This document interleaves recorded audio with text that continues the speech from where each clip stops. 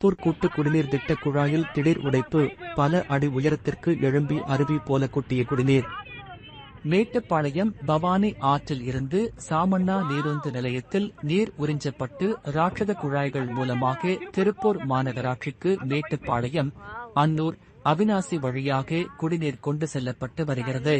இந்த நிலையில் இன்று மதியம் திடீரென மேட்டுப்பாளையம் அன்னூர் சாலையில் உள்ள நடூர் பாலம் அருகே இந்த ராட்சத குடிநீர் குழாயில் உடைப்பு ஏற்பட்டது.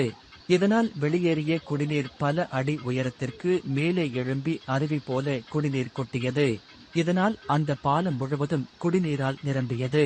இச்சம்பவம் குறித்து அறிந்த அப்பகுதி பொதுமக்கள் மற்றும் அவ்வழியே சென்ற வாகன ஓட்டிகள் தங்களது வாகனங்களை நிறுத்திவிட்டு அருவி போல குடிநீர் குழாயில் இருந்து கொட்டும் தண்ணீரை புகைப்படம் எடுத்தும் வீடியோ எடுத்தும் மகிழ்ந்தனர். குழாய் உடைப்பால் பல லட்சக்கணக்கான லிட்டர் தண்ணீர் சாலையில் வீணாக சென்றது.